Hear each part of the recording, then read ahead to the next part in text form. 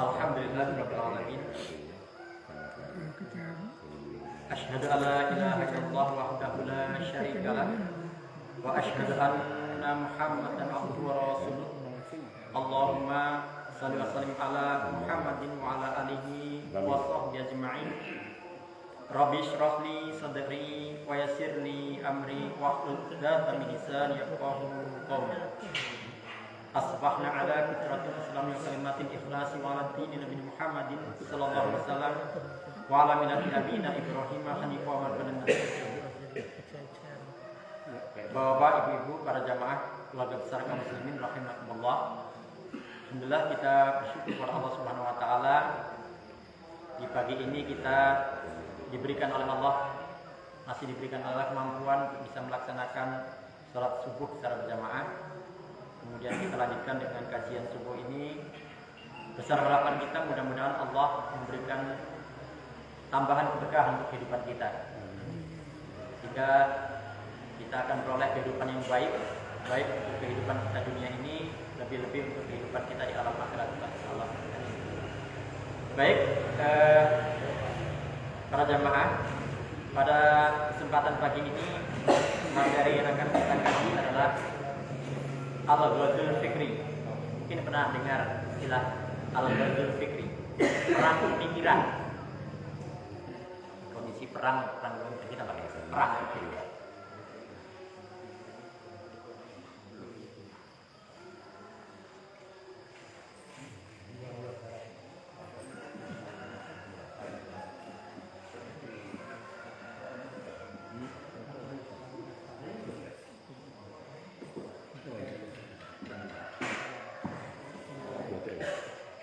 Al-ghazul fikri ini artinya perang pemikiran.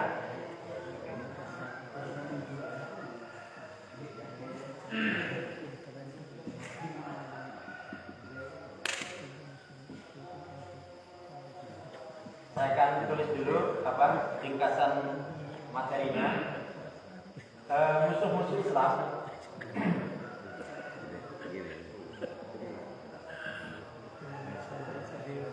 Iya. Musuh-musuh Islam itu sebenarnya dia satu, setan. Tapi nanti kita jelaskan setan. Itu ada, perlu kita pahami, yang pertama adalah ateis.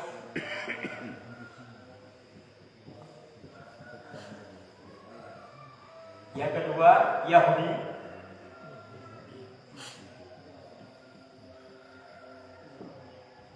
Nasrani.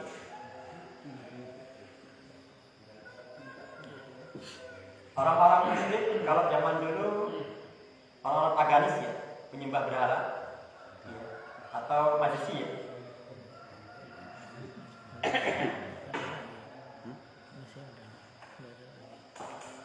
Mungkin masih.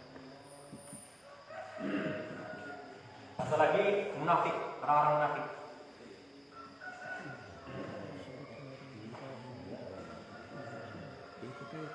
Orang-orang munafik ini orang yang dari tampak luarnya dia Islam, orang Islam tapi hatinya membenci pada Islam.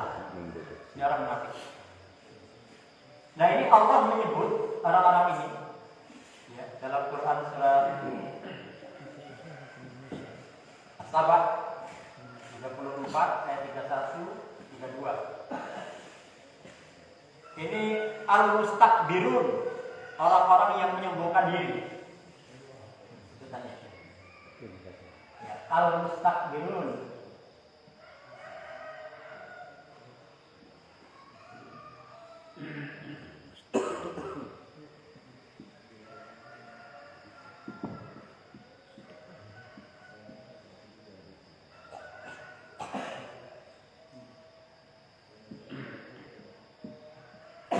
Al-mustakbirun atau orang-orang yang menyombongkan diri.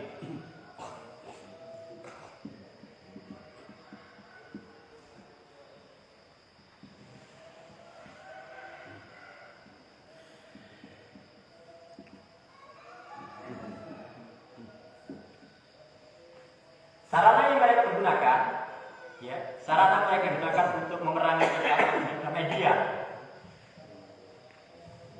Sarananya media. Sarana global ini adalah media. sosmed. Media cetak berupa tulisan-tulisan, media televisi zaman dulu, kemudian media pendidikan, kesenian, olahraga, yang sekarang yang lebih ampuh lagi media sosial ini. Ini semua bisa dikumpulkan dari satu di sini semua. Ada semua di sini. Tulisan bisa di sini, film-film bisa di sini, video-video bisa di sini, kemudian macam-macam bisa di sini. Jadi satu sekali. Ini alat luar biasa untuk perang, senjata perang luar biasa. Ini yang mereka gunakan untuk ya, menyerang umat Islam dengan menggunakan alat ini. Medianya, media kita tulis media sosial aja ya. Banyak ada medsos ya.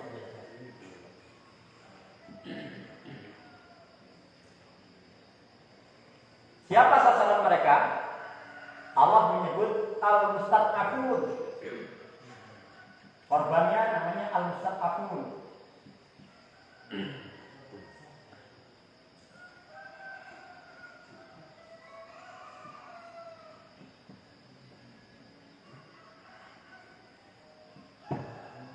Al-mustad'afun.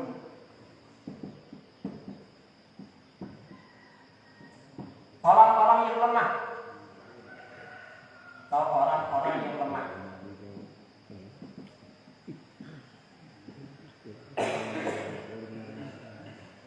Yang paling utama itu yang lemah imannya. Yang lemah imannya. Lebih cocok lagi, sudah lemah iman, lemah ilmunya, lemah pemahamannya. Gak punya pemahaman. Pas lagi, mohon maaf, sudah lemah iman, lemah ilmu, lemah pula ekonominya. Oh, cocok banget kan?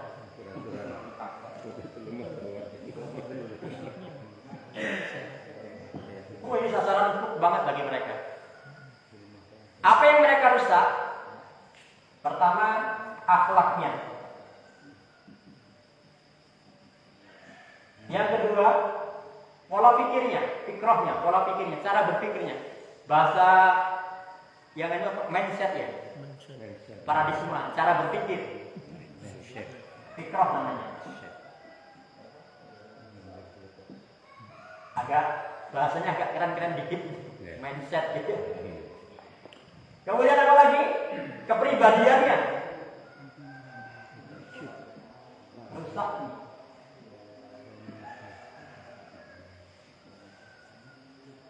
Kemudian apa lagi yang paling ujungnya itu tumbangkan akidahnya, keyakinannya.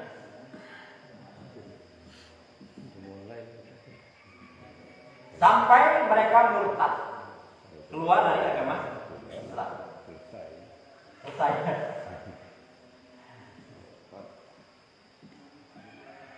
Andaikan mereka nggak murtad, biar mereka jadi orang Islam, tapi ininya itu mengikuti tata cara mereka. Yang terkenal dengan istilah tasabuh.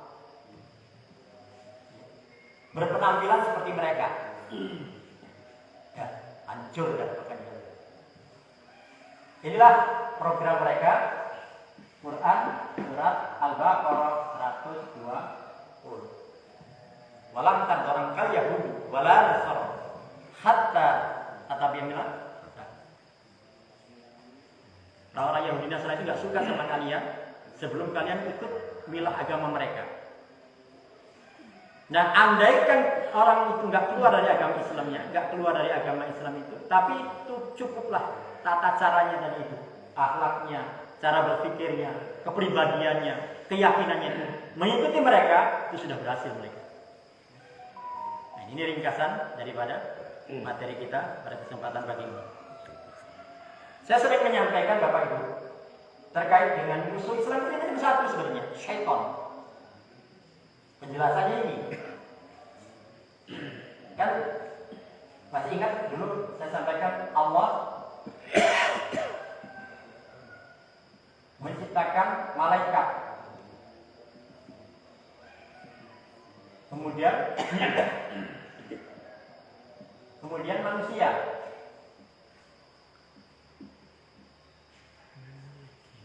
Malaikat itu semuanya beriman, nggak ada yang kafir.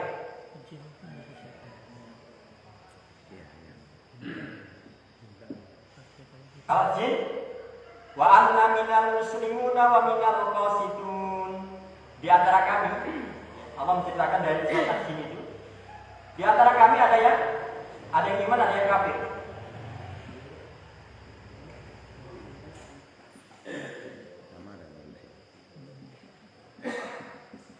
Kalau manusia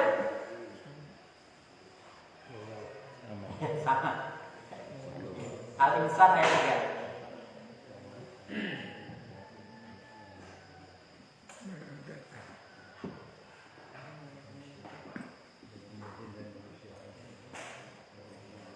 Nah, jin kafir dan manusia kafir inilah yang disebut dengan syaitan. Minal jin nanti wan. Ini kan qul a'udzu birabbin nas, malikin nas, ilahin nas, min syarril waswasil khannas, alladzi yuwaswisu fi sudurin nas, minal jin nanti wan. Dari jenis jin dan dari jenis. Jadi kita diajarkan melalui surat An-Nas itu kita berlindung kepada Allah dari gangguan-gangguan setan yang senantiasa membisikkan ke dalam dada manusia. Dari jenis jin dan dari jenis manusia setan. Inilah syaitan. Tapi udah ngaji kayak gini, setan jangan. Ini bentuknya. Tapi jangan. Ini bentuknya ini. Semua penentang Allah itu kan. Lantas iblis itu siapa? Satu kok iblis. Yang oleh Allah ditangguhkan kematiannya sampai hari kiamat. Iblis itu. Iblis itu satu dari jenis jin ini. Quran surat Al-Kahfi ayat 50. Boleh dibuka kalau mau dibuka. Itu jin. Nah inilah iblis dan inilah komandannya dan inilah tentaranya. Jadi ini menjadi komandannya ini. Bala tentaranya ini. Anak buahnya. Punya misi apa? Iblis itu punya misi Quran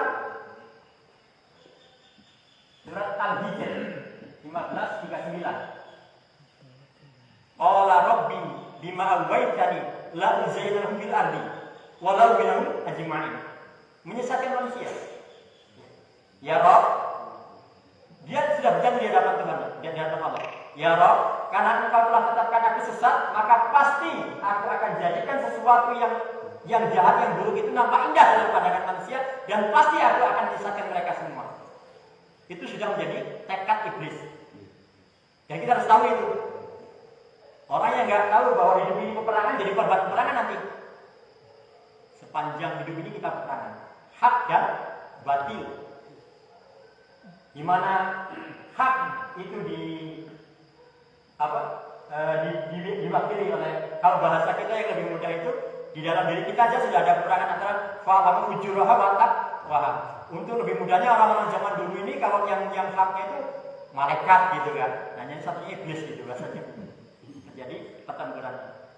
Dan dua-duanya senantiasa berusaha menjaga eksistensi keberadaannya atau keberadaan di muka bumi, kemudian menyingkirkan yang lainnya. Ya, di mana orang-orang yang berada pada kebenaran, dia juga berusaha menjaga keberadaannya, eksistensinya di muka bumi ini, kemudian menyingkirkan kebatilan, kan gitu. Kenapa? Dengan dakwah.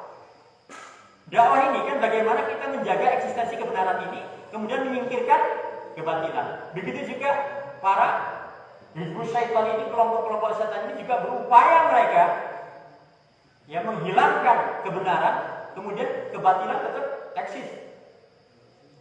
Perang secara fisik mereka sadari sejak zaman dulu, sejak zaman perang Badar. Jumlah mereka itu selalu berada di atas.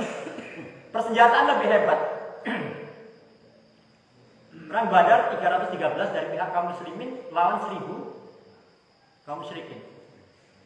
Dan mereka tumbang. Perang Uhud mereka jumlahnya lebih besar. Perang Khandaq, perang apa lagi? Disebut dengan perang Ahzab namanya. Azab itu sekutu. Madinah dikepung oleh sekutu begitu besar. Dan mereka tumbang.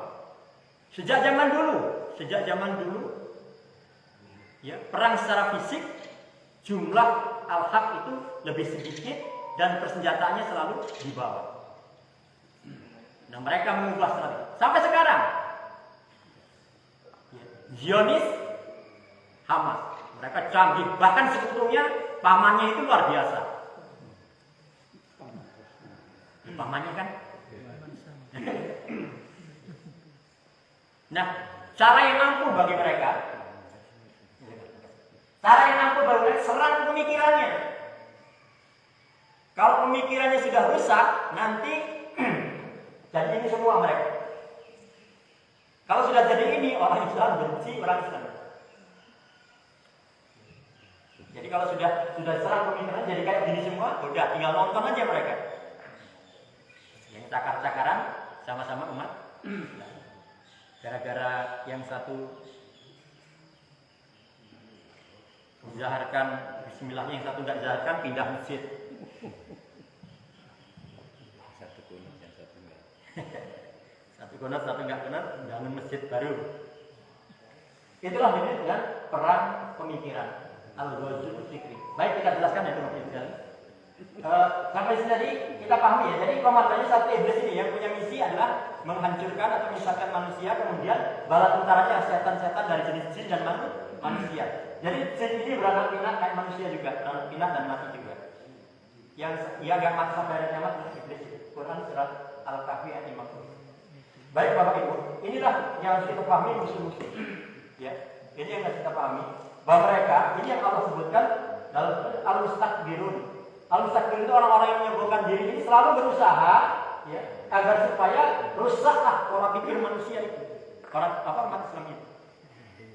Mereka menggunakan sarana media sosial karena yang terkenal itu. Memutarbalikkan fakta. Yang hak dianggap batil, yang batil dianggap hak. Musyawarah bantu Palestina nggak bakalan nyampe. Ini contohnya banyak ya, karena kita pakai yang kekinian dan kesinian supaya lebih nyambung. Banyak sekali teman-teman.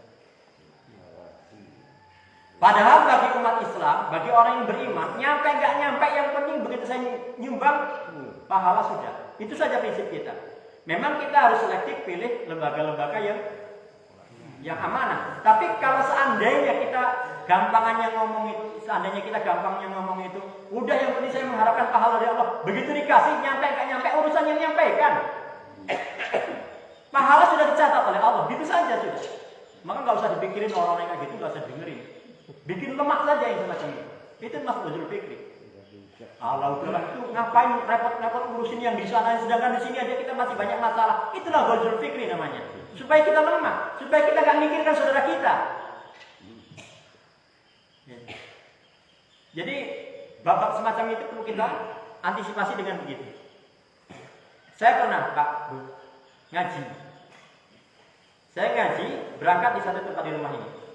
Saya tunggu sampai 8:30. Kok cuma berdua sama tuan rumah aja? Mana ini yang lain nggak datang-datang?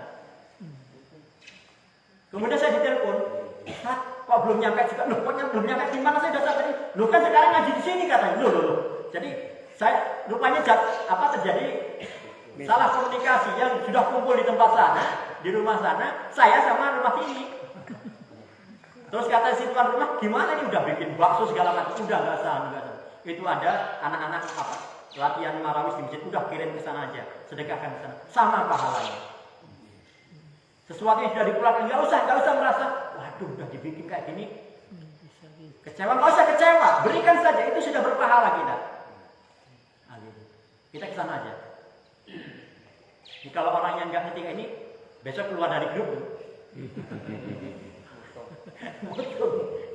Payah kita bikin makanan segala macam udah siapkan dari siang bikin kayak gini malah nggak jadi ngaji kan gitu. Pahalanya tapi ya sama kita nyumbang begitu. Ya, kita nyumbang ke sana nggak sampai, kemudian nggak usah takut pahala sudah sampai kepada. Karena apa? Kita nyumbang itu niatnya mendapat pahala dari Allah. Nah, itu. Jadi pemikiran kita serang dengan pemikiran. Harus ngamuk-ngamuk. Nggak usah marah-marah. Pemikiran lawan dengan pemikiran. Al-ghazul fikri. Nah, sasaran untuk mereka al-mustad'afun, orang-orang yang lemah itu sasaran untuk mereka. Lemah dari segi iman ini paling utama, lemah imannya. Orang yang lemah akidah, lemah keyakinannya. Itu tadi gampang banget diprovokasi. Apalagi kalau sudah lemah iman, lemah pendidikan, mohon maaf, lemah pengetahuan, kemudian lemah ekonominya, udah cocok banget nih dikasih sembako, udah baik banget orang itu gitu. Kalau sudah merasa begitu, kayak ditutup hidungnya, sesuai milih hati Pak Allah, gitu aja udah.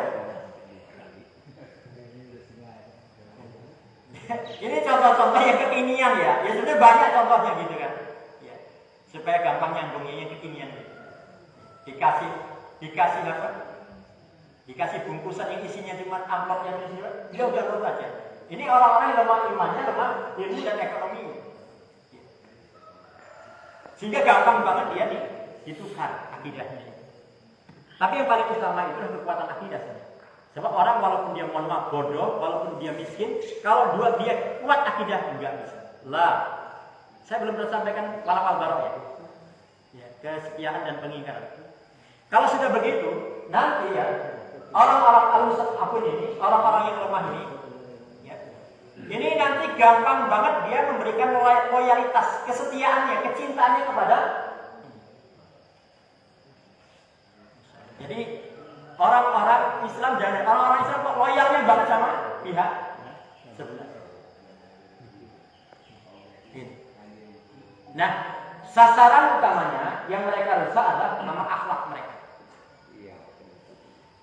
Akhlaknya, tingkah lakunya. Lihat dan mohon maaf, akhlak umat Islam ini ya, sekarang ini hasil daripada perang pemikiran Ghazul Fikri tadi itu ya, akhlaknya itu sudah menyerupai mereka. Tasabuh. Nanti ini bentar lagi ada namanya tahun baru. Tahun baru lagi. Baca sendirilah kira-kira. Bayangkan sendiri. Bagaimana umat Islam itu akhlaknya bagaimana dalam menyambut tahun baru. Akhlak atau tingkah lakunya. Bagaimana? Kira-kira. Itu hasil daripada Ghazul Fikri itu. Kita bisa mengetahui. Kemudian fikrah. Apa tadi? Mindset, cara berpikir. Pak, saya pernah katakan otak kita ini kecil kan? Tapi semua ini sangat tergantung dari sini. Dari otak turun ke hati. Dari hati turun ke perbuatan, ke amal, ke jasad.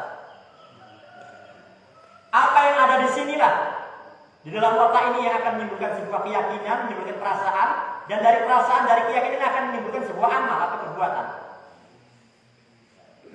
Bapak Ibu jangan heran kalau ada orang zikiran sampai kesurupan. Pernah lihat itu? Karena yang mereka pelajari itu kan. Kalau apa yang mereka pelajari, apa yang isi otaknya itu benar, maka keyakinannya benar, perbuatannya benar. Tapi kalau apa yang dipelajari itu keliru, maka keyakinannya keliru dan perbuatannya keliru. Dan setiap orang itu diciptakan oleh Allah merasa benar terhadap apa yang mereka lakukan. Setiap orang itu akan merasa benar terhadap apa yang mereka kerjakan. Quran surat Al-An'am 108. Setiap orang itu akan merasa benar terhadap apa yang mereka kerjakan. Kan dari sini otak ini. Ini penting banget otak ini. Nah ini al-mustadbirun ini, orang-orang yang menemukan diri ini, ngisi jejit apa? Jejit apa? Jejit bahasa Inggris. Jejit otak-otak kita ini cuma urusan dunia kok. Dari mulai bangun tidur sampai tiduran 24 jam itu isinya otak ini cuma dunia kok. Mobil masuk di sini. Kecil padahal dia. Sawah masuk di sini, ladang masuk di sini. Rumah masuk di sini. Wah, apa saja pokoknya masuk di sini. Agama. Nah, sekarang kita ukur otak kita sendiri. Ini selalu mempengaruhi bagaimana di sini ini yang ada cuma dunia kok. Lah kalau di sini cuma masalah dunia, semua urusannya masalah dunia. Masa depannya dunia. Sampai ngapain ngumpulin harta banyak-banyak segala macam untuk masa depan, masa tuanya nanti. Pas masa tuanya nggak bisa menikmati lagi. Nah gimana? Bisa beli kelapa 100 biji tapi nggak boleh makan satu. Masa depan ini bukan dunia, Pak. Bisa jadi kita mengumpulkan dunia sebanyak-banyak tapi nggak bisa menikmati. Masa depan itu adalah akhirat. Itulah pola pikir Islam. Nah mereka cara berpikirnya begitu, ya, merusak pola pikir. Yang ada di sini cuman masalah-masalah dunia. Nggak pernah, mohon maaf, nggak pernah terpikir masalah akhirat. Dan mungkin sekarang ini sudah bergelimpangan dijatuhan ke korban-korban ghazul fikri tentang ini. Kepribadian, tumbang kepribadiannya, kehilangan identitas. Mau dibilang orang kafir tapi masih sholat, rajin sholat. Mau dibilang orang Islam tapi kok tingkah lakunya nggak karu-karuan, tukang bohong, tukang zina, tukang maksiat. Jadi kehilangan identitas, kepribadiannya sudah rusak. Ini akibat daripada ghazul fikri. Kan Allah Maha Pengampun, nanti tobat, begitu dia. Dosa tobat gitu. Kehilangan identitas. Nah yang paling rusak itu nanti ketika tumbang akidahnya. Udahlah, semua agama itu. Kelihatannya masuk akal banget kalimatnya itu. Di mana letak keadilan? Orang banyak menyumbang, orang baik, jujur, nggak pernah berbuat kesalahan. Cuman gara-gara dia bukan orang Islam kok nggak masuk surga, kok disiksa. Di mana letak keadilan Allah? Ini orang yang bodoh, orang yang lemah akan dia juga ya. Gitu.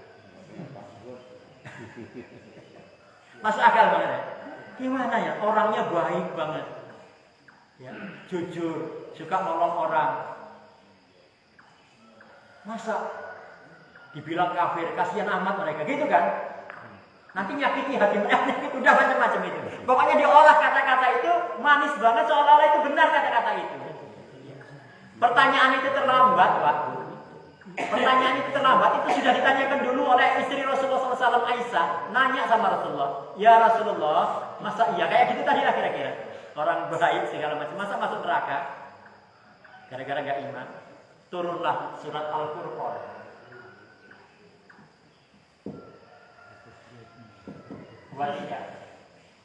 Namanya saja Al-Furqan, pembeda. Memang di sini bedanya. Wa qadimna ila ma amilu min amalin faja'alnahu habaa'a mansura. Akan kami tampakkan amal-amal yang banyak itu hanya bagikan debu-debu yang berterbangan. Sia-sia amalnya. Kenapa? Karena semua itu dilakukan bukan dasar keimanan. Syurutun qubulul amal al-iman wal Islam. Syarat diterimanya amal itu iman dan Islam. Itu akidah. Nah ini dikembalikan oleh mereka. Bagaimana orang itu keyakinannya rusak sehingga menganggap semua agama itu sama.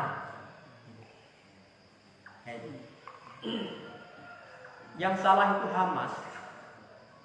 Kalau seandainya nggak ada peristiwa 7 Oktober, nggak mungkin terjadi begini. Itu termasuk perang pemikiran. Orang yang nggak berpengetahuan, ya juga ya. Iya kan? Coba kalau seandainya, ini kita contohnya ya kekinian dan kesinian tentunya. Coba kalau seandainya 7 Oktober itu Hamas nggak nyerang Israel, nggak mungkin terjadi pembantan gini. Masuk akal juga. Itu orang bodoh kayak gitu. Orang-orang gitu. Itu ghazul fikri namanya. Mereka nggak berpikir jauh ke belakang sebelumnya. Yang salah itu Diponegoro. Kenapa dia nyerang Belanda? Gitu katanya. Sama aja kira-kira gitu. Inilah orang-orang bodoh begitu. Nah, ghazul fikri. Mereka nggak berpikir bahwa Palestina itu dijajah sejak bertahun-tahun lamanya. Mereka mempertahankan diri bahkan membela negaranya untuk merdeka. Sampai di sini dulu silakan. Panjang banget ini uraiannya. Silakan dikomentari. Ini hasil-hasilnya mereka ketika tumbang akhlaknya, kepribadiannya, ya kemudian pola pikirnya rusak, kepribadiannya rusak, akidahnya tumbang, sudah hancur-hancuran mereka. Sudah nggak perlu diserang secara fisik, itu Islam sudah tasabbuh. Mengikuti tata cara mereka dan itu mereka berhasil. Quran surat Al-Baqarah 120. Pak Haji Banan pegang aplikasi nanti buka ini. As-Sabat 31. As-Sabat surat 34 ayat 31 32. Ini saya tambahkan sedikit untuk Anda. Bagaimana nanti kejadian mereka itu ujung-ujungnya. Sambil dinikmati Pak. Ibu silakan. Muhasabah itu surat berapa? 34. Ayat 31 32.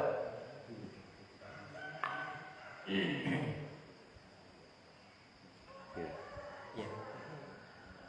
Artinya, Boleh. dan orang-orang kafir berkata, kami tidak akan beriman kepada Al-Quran ini dan tidak pula kepada kitab yang sebelumnya. Ya. Dan alangkah mengerikannya kalau kamu melihat ketika orang-orang yang zalim itu dihadapkan kepada Tuhannya. Sebagian mereka mengembalikan perkataan kepada sebagian yang lain. Orang-orang yang dianggap lemah dan berkata kepada orang-orang yang menyombongkan diri, kalau tidaklah karena kamu, tentulah kami menjadi orang-orang yang mukmin. Ayat 32.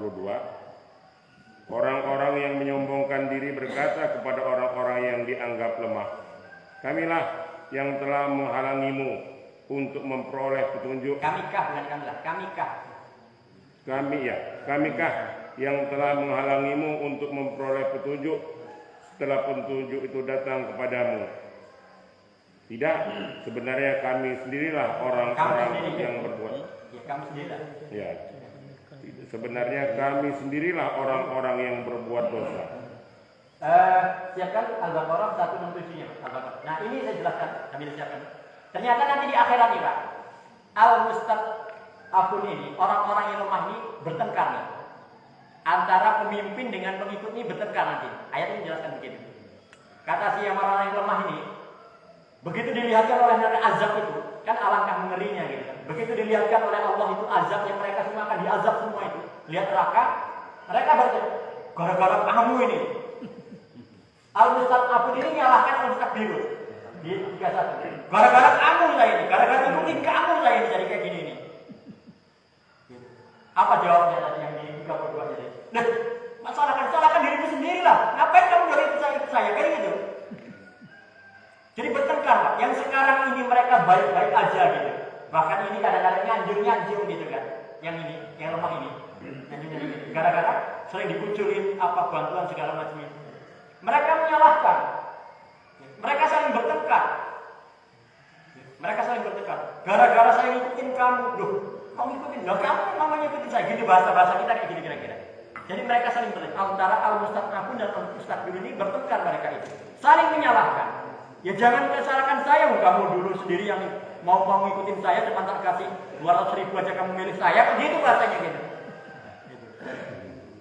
Baru nyadar, nah ini Al-Baqarah 167 nih, di ujungnya gini, ya lihat nih, Al-Baqarah 167. Artinya ya? Ya boleh. Dan orang-orang yang mengikuti berkata, Aduh. sekiranya kami mendapatkan kesempatan atau kembali ke dunia, tentu kami akan berlepas tangan dan dari mereka, bagaimana mereka berlepas tangan dari kami.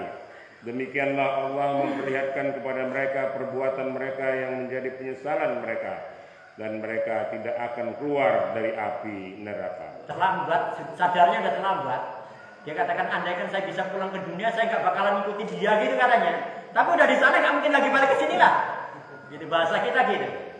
Jadi itulah penyesalan mereka. Bagaimana mereka setelah di akhirat itu begitu melihat azab, seandainya saya bilang bisa kembali ke dunia, saya nggak akan ikuti dia, saya nggak akan pilih dia lagi, saya nggak akan jadikan, saya nggak begitu macam-macam mereka. Ya tapi itu cuma penyesalan yang tidak akan ada manfaatnya. Penyesalan yang tidak lagi bermanfaat bagi orang-orang yang tidak beriman sebelumnya. Ini Bapak Ibu. Ya. Jadi Allah sudah kabarkan ini. Ya. Maka jangan jadi Al-Mustad'afun. Nggak usah jadi orang yang lemah dalam akidah, dalam begitu. Jadi pengikut-pengikut ini nanti nyalahkan yang diikuti juga nyalahkan yang mengikuti. Salah sendiri kamu ngikutin aku gitu. Nah ini kan. Ya. Allah. Silakan mungkin ada silakan. Berkaitan dengan medsos, ini kan luar biasa. Kadang kita terkecoh dengan medsos itu percaya begitu ternyata banyak bohong ya. Betul. Nah yang kedua, medsos itu kan dikuasai oleh negara-negara barat. Nah itu gimana? Kalau itu kan memang jelas orang-orang kafir. Iya. Itu memang sengaja tadi untuk kita. Saya sendiri kadang-kadang buka itu ya tadinya percaya, tapi setelah ini itu kalau dengan orang-orang orang kafir ya. Iya. Nah sekarang kalau yang dengan sama-sama katakanlah tadi ada munafik tadi, dan justru kita dibenturkan antara kita dengan kita. Iya. Makanya media pers kalau belum ada seperti ini Pak Hussein itu kok kita harus cek dulu kalau ada berita itu. Nah kadang-kadang kita enggak langsung disebar sebenarnya ini bahayanya. Karena itu yang kita kadang-kadang tertipu. Luar biasa dapat berjari langsung di share, padahal kita dibohongin. Makanya mungkin jangan sampai kita supaya Menjadi bagian daripada perpanjangan tangan itu. Nah yang kedua yang kaitannya dengan kata-kata tadi saling menyalahkan tadi, saya khawatir juga kan, terutama para guru atau ustaz lah. Iya. Kadang-kadang kan ya maaf macam-macam kan. Nanti di sana saling lupis gara-gara tadi lah. Iya. Kalau orang yang di luar itu nggak masalah, makanya saya bilang ya untuk para dai, para ustaz itu ya hati-hati kan. Kalau nggak ada tuntunan, saya tanggung jawab saya kalau ada apa-apa. Dan memang ini mungkin bagaimana Pak untuk kehati-hatian tadi. Jadi pertama begini, berkenaan dengan sarana ini, media sosial ini kan senjata namanya. Ya biar mereka yang bikin, biar yang mereka yang karyakan. Tapi bagaimana kita bisa menguasai untuk pertahanan pertama, yang kedua untuk menyerang mereka begitu. Biar senjata makan tuan. Jadi penggunaan lebih kepada penggunaan bukan senjata.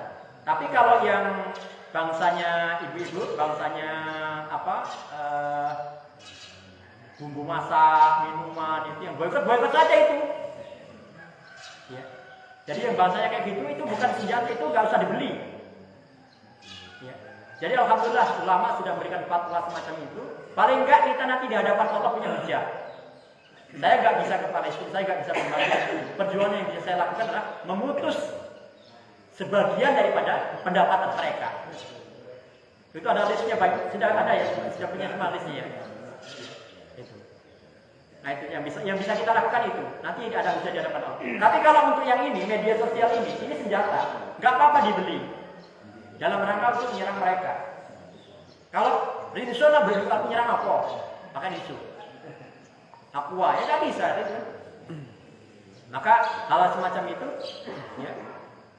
ya caranya kita ikut fatwa ulama. Kemudian yang kedua, ya, tentang perkataan bahasanya lagi ada. Sebab tulisan, ya secara itu masuk bagian daripada kata-kata, mewakili kata-kata. Nah, sudah ada. Man kana yu'minu billahi wal yawmil akhir falyaqul khairan aw liyasmut. Siapa yang beriman kepada Allah dan hari akhir, hendaklah dia berkata yang benar, yang baik atau lebih baik dia. Maka selektif ini penting. Terlebih pada penyampai kebenaran atau seorang dai. Ya. Maka, ya mohon maaf, saya termasuk orang yang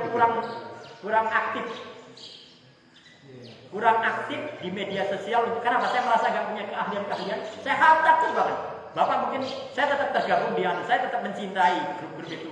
Tapi saya kurang aktif dalam menyebarkan, kecuali yang penting-penting banget, yang saya anggap benar.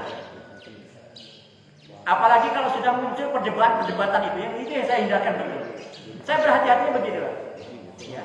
Nanti mohon maaf betul. Saya sudah ngomong kayak gini, ada kesalahan kan lebih parah. Salah. Kalau misalnya saya dengan si bapak sekalian mungkin sama-sama kesalahan, itu mohon maaf, beda mungkin namanya kan. Maka bukan saya nggak keluar sampai sekarang dari grup nggak keluar. Saya pertahankan, saya mencintai juga gitu. Karena ada manfaatnya buat saya, informasinya segala macamnya. Tapi saya kurang aktif kan. Di semua grup saya begitu, kurang aktif. Di semua grup saya kurang aktif untuk hal-hal yang. Ya bapak sekalian, aktifkan memang gerakan menghidupkan. Kita punya masing-masing bagian. Mungkin bagian saya begini ini, bagian bapak melalui cara-cara ini. Alhamdulillah saya dapat ini list barang-barang yang dibuat. Nah itu kan saya tahu dari situ kan. Alhamdulillah dari grup-grup itu. Tapi saya memang orangnya kurang berani untuk ngetik-ngetik itu. Saya takut banget begitu. Jadi rasa takut itu insya Allah membuat kita hati-hati. Kalau orang itu ingat bahaya, jadi kita ingat bahaya, maka kita akan hati-hati. Kalau orang sudah nggak ingat bahaya, nggak hati-hati dia. Kita naik kendaraan, naik motor. Kalau nggak ingat bahaya, awas. Maka barang siapa ingat bahaya, insya Allah selamat. Nah kalau kita sebut segala macam ya, karena salamatul insan fi hifdzil lisan. Keselamatan seorang itu tergantung dari lisannya. Kalau sekarang ternyata berkembang, tergantung dari jari-jarinya juga.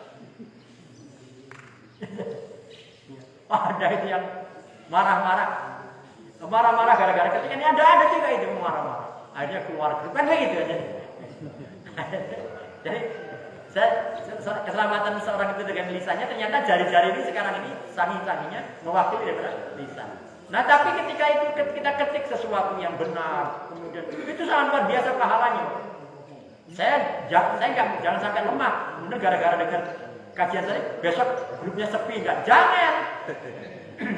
Jangan, tetap ramaikan grup itu. Ramaikan grup itu. Share sesuatu yang kalau misalnya ada ini kayaknya beritanya hoax, ingat enggak apa-apa. Yang diingatkan terima. Caranya begitu.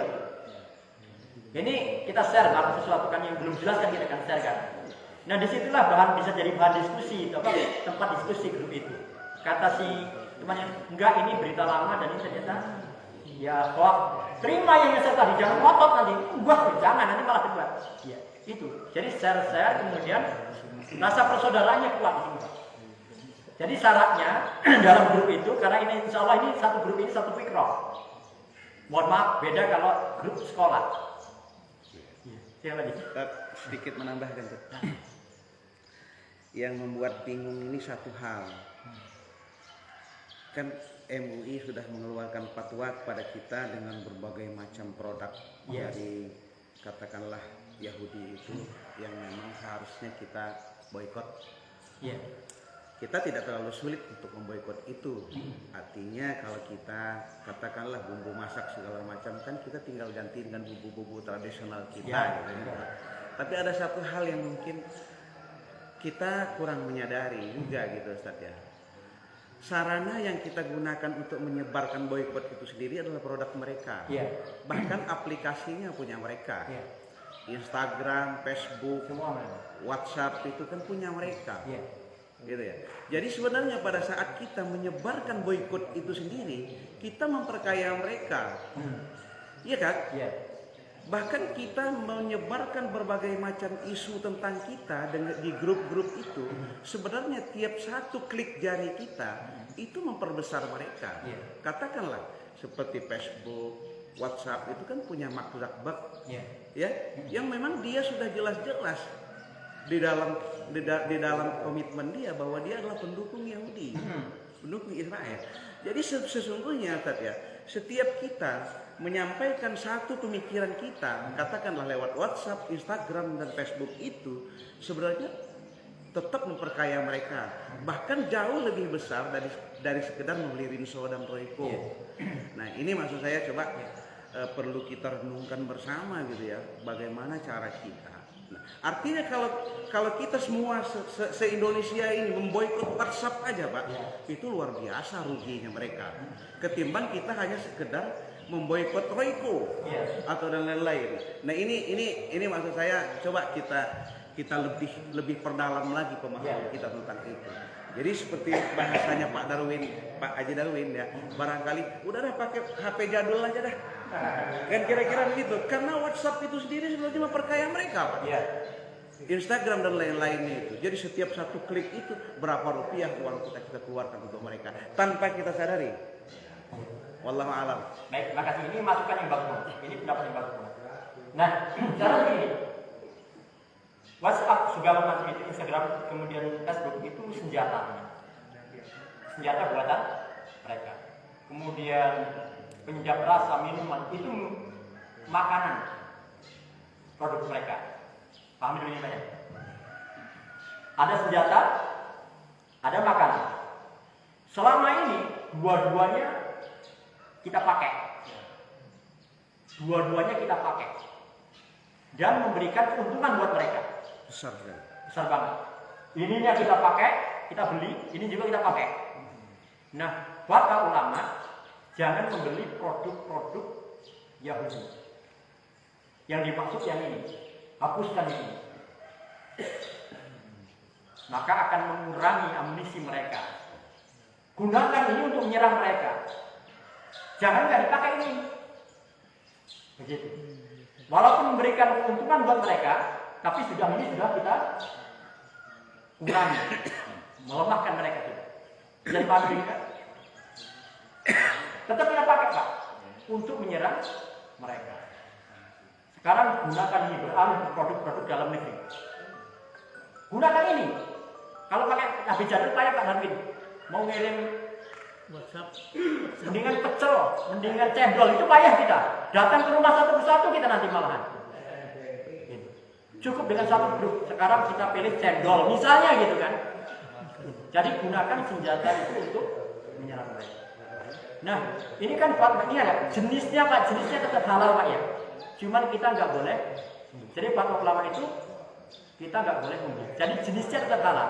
Bukan berarti ibu-ibu yang di rumah masih ada membersih itu buang aja, bukan begitu, pakai aja, tetap halal. Tapi besok kalau beli lagi begitu Mas. Begitu Pak. Jadi senjatanya tetap kita pakai, kita beli nggak apa-apa untuk menyerang mereka. Sehingga senjata makan bisa dipahami begitu. Paling nggak dengan produk-produk yang makanan tadi itu segala macam itu sudah mengurangi ya, pendapatan mereka dibandingkan dengan kemarin. Kemarin itu dua-duanya dari website yang mereka dapat, dari makanan juga mereka dapat gitu.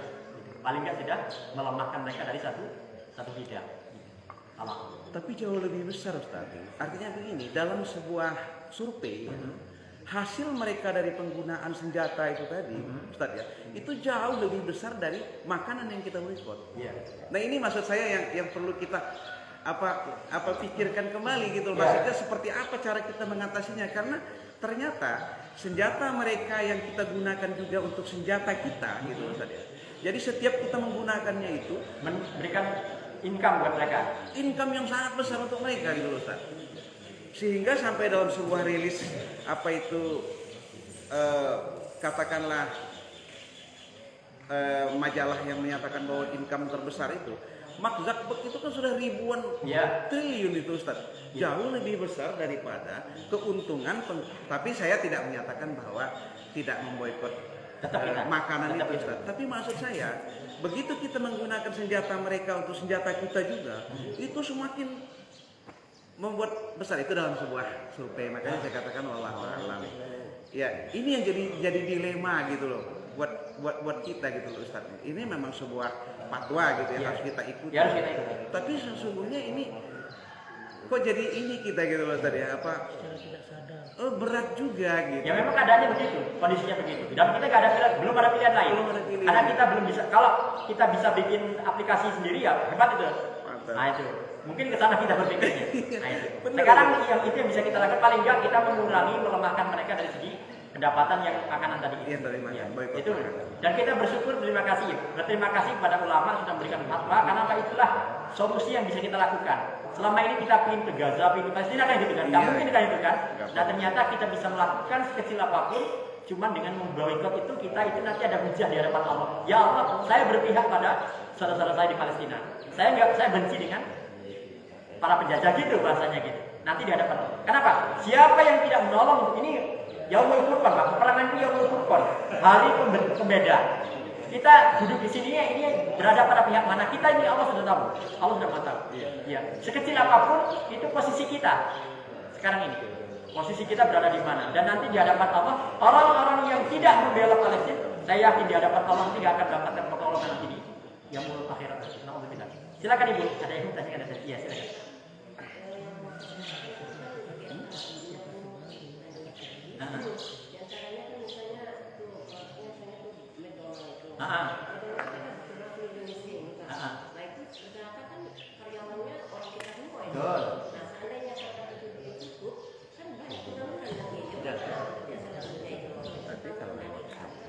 Kasih pertanyaan bagus banget ini. Bagus. Di sinilah ya mereka sudah mampu merusak akidah. Bapak Ibu sekalian, di sinilah pertanyaan ini sangat muncul dan ini termasuk gozul fikri. Ini termasuk perang pemikiran. Nanti kalau anak istri saya nggak kerja di sana mau makan apa? Kalau saya nggak kerja di sana, anak istri saya makan apa gitu kan? Ini pertanyaan ini kayaknya masuk akal. Itulah sumbernya akidah orang itu. Seolah-olah yang memberikan rezeki itu cuma seolah memberikan rezeki itu adalah mereka. Padahal Ar-Razzaq itu Allah, itu akidah namanya. Ya. Di sini dibutuhkan perjuangan memang betul. Ya. Jadi keyakinan kita mutlak. Keyakinan mutlak bahwa yang memberikan rezeki itu adalah Allah. Sekarang diperintahkan untuk memboikot saja kita nggak berani. Bagaimana nanti kalau suruh berangkat bawa senjata, kira-kira sanggup nggak kira? Begitu. Jadi memang ini pertanyaan bagus banget Bu. Jadi banyak sekali orang yang berpikirnya kayak gitu. Itulah akidah namanya, itu keyakinan. Jadi nggak berani, nggak yakin. Nanti anak istri saya, terus sekian ribu daripada karyawan itu mau kerja di mana? Mereka nggak berpikir berapa ribu yang sudah terbunuh, bayi-bayi nggak berdosa itu, nggak mikir di sana mereka itu. Jadi orang-orang yang termakan oleh hujul fikri ini merasa kasihan dengan sekian ribu orang yang kehilangan pekerjaan dibandingkan dengan melihat bayi-bayi perempuan yang dibantai puluhan ribu oleh Yahudi Israel. Begitu. Bandingkan begitu kita melihat anak-anak nggak berdosa di sana dibantai. Sementara di sini misalnya dia kehilangan kerjaan tapi masih bisa asik main HP, makanannya juga enak, ya kan? Nggak kekurangan di sini. Di sana betul-betul anak-anak itu, jangankan untuk Pak, listrik mati, kemudian air diputus, dan nggak bisa menjamin kira-kira saya bisa keluar nggak hari ini dari rumah saya, tidur nggak bisa nyenyak lagi. Itu termasuk perang pemikiran tadi, dihembuskan memang buat oleh orang-orang tertentu supaya lemah kita dalam sudah jangan boikot. Jadi termasuk fatwa boikot ini juga ada perang pemikiran juga di sana. Di satu sisi ojo gelem, satu ayo, begitu terus perang itu. Jadi orang berdui Pak, ya, jadi jalan kaki. Jadi tetap ada yang namanya perang-perang pemikiran terhadap. Di satu sisi mereka itu tadi itu masuk. Terus nanti bagaimana kasihan banget dengan sekian ribu karyawan tadi itu. Mereka nggak lebih kasihan daripada sekian ribu orang yang dibantai di Palestina. Begitu Allah. Tetap kita maju, pantang mundur. Boikot, pantang mundur. Terutama ibu-ibu ini. Kalau bapak-bapak kan nggak ngerti itu. Bapak-bapak kan taunya beres saja kan. Ibu-ibu terutama yang di dapur itu Bu ya, saking banyaknya ternyata ada di dapur kita semua kayak gitu. Iya kan? Ya dengan segenap kemampuan yang kita miliki, kita berupaya. Niat kita lah jihad di jalan Allah. Begitu Bu. Ya, pantang mundur Bu. Ada kalimat-kalimat, ada ucapan-ucapan semacam itu abaikan pokoknya. Maju terus, pantang mundur. Begitu. Karena ini fatwa ulama. Nah kemarin saya ngisi kajian itu ada pertanyaan, saya sambungkan ya. Kemarin saya ngisi kajian itu ada pertanyaan, Ustaz, kenapa sih orang-orang zaman dulu kan dimusnahkan oleh Allah? Kaum Ad, kaum Samud, kaumnya Nabi Nuh, semua kan dibinasakan oleh Allah. Kenapa sih yang mereka saat ini Yahudi, si Israel itu nggak dibantai, nggak dimusnahkan oleh Allah? Saya bilang akan dimusnahkan oleh Allah, tapi melalui tangan-tangan umat Muslim. Tetap kita punya keyakinan semacam itu. Mereka akan dibinasakan oleh Allah, tapi melalui tangan-tangan umat Muslim. Itu sunatullahnya. Dan itu apakah kita atau bukan kita, wallahu a'lam. Yang penting kita bagian daripada orang-orang yang berjuang juga. Masalah kita bertemu dengan zaman itu atau enggak kita begitu. Nah itulah kesempatan sekarang bagi kita untuk ikut terlibat dalam perjuangan agama ini sekecil apapun, cuman dengan nggak beli barang produk mereka. Itu bagian daripada perjuangan. Begitu insyaallah. Jadi tetap kita punya keyakinan bahwa mereka nanti akan dibinasakan oleh Allah, tapi enggak kalau dulu kan umatnya Nabi Nuh kan langsung Allah yang binasakan. Ya kalau itu langsung Allah saja. Kalau ini Allah akan azab melalui tangan-tangan kaum muslimin.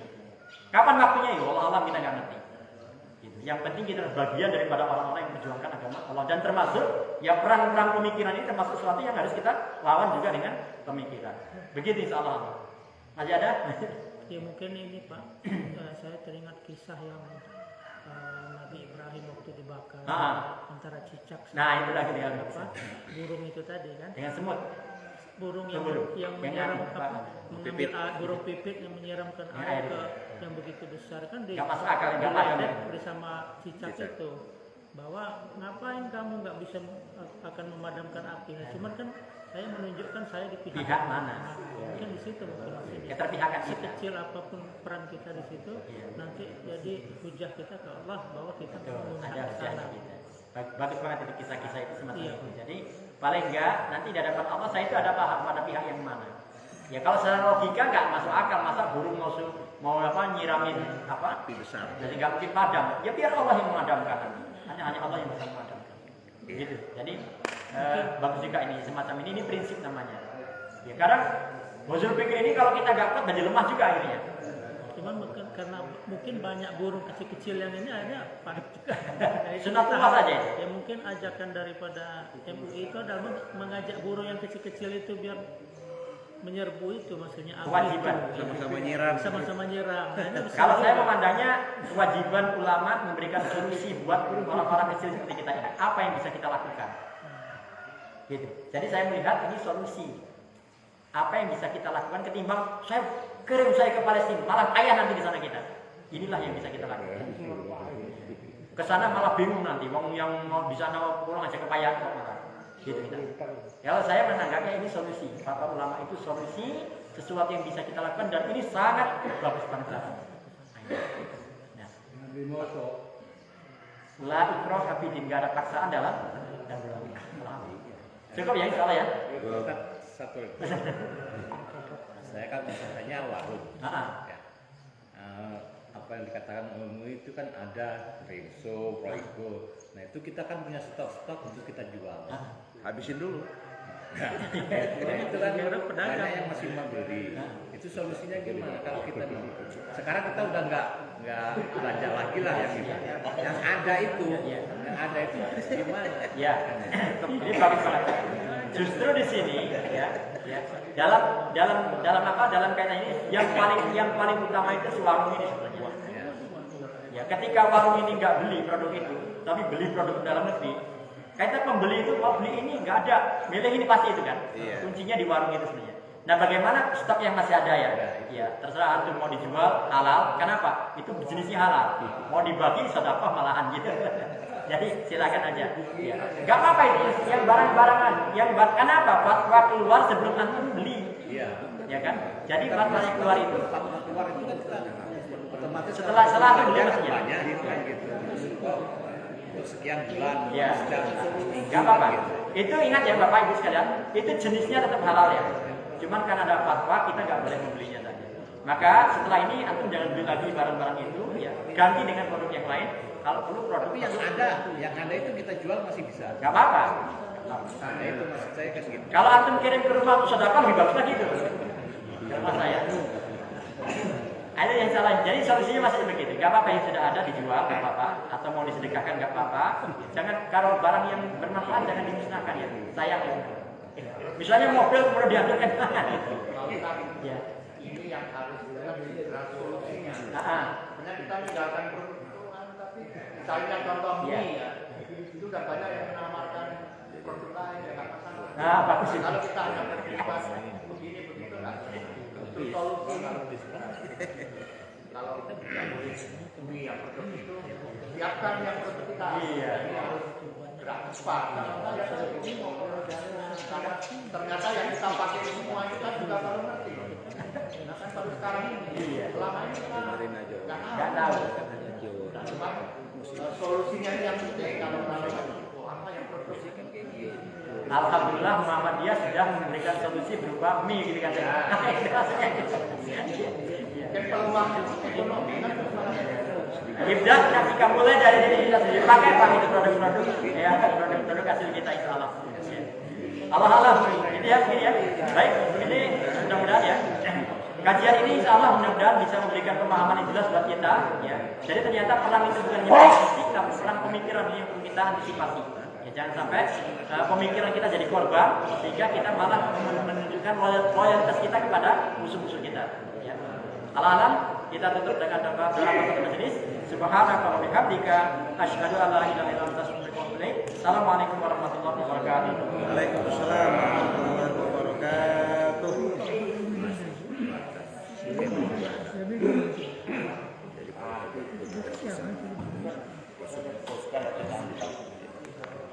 Di sini ya, biar dapat ketemu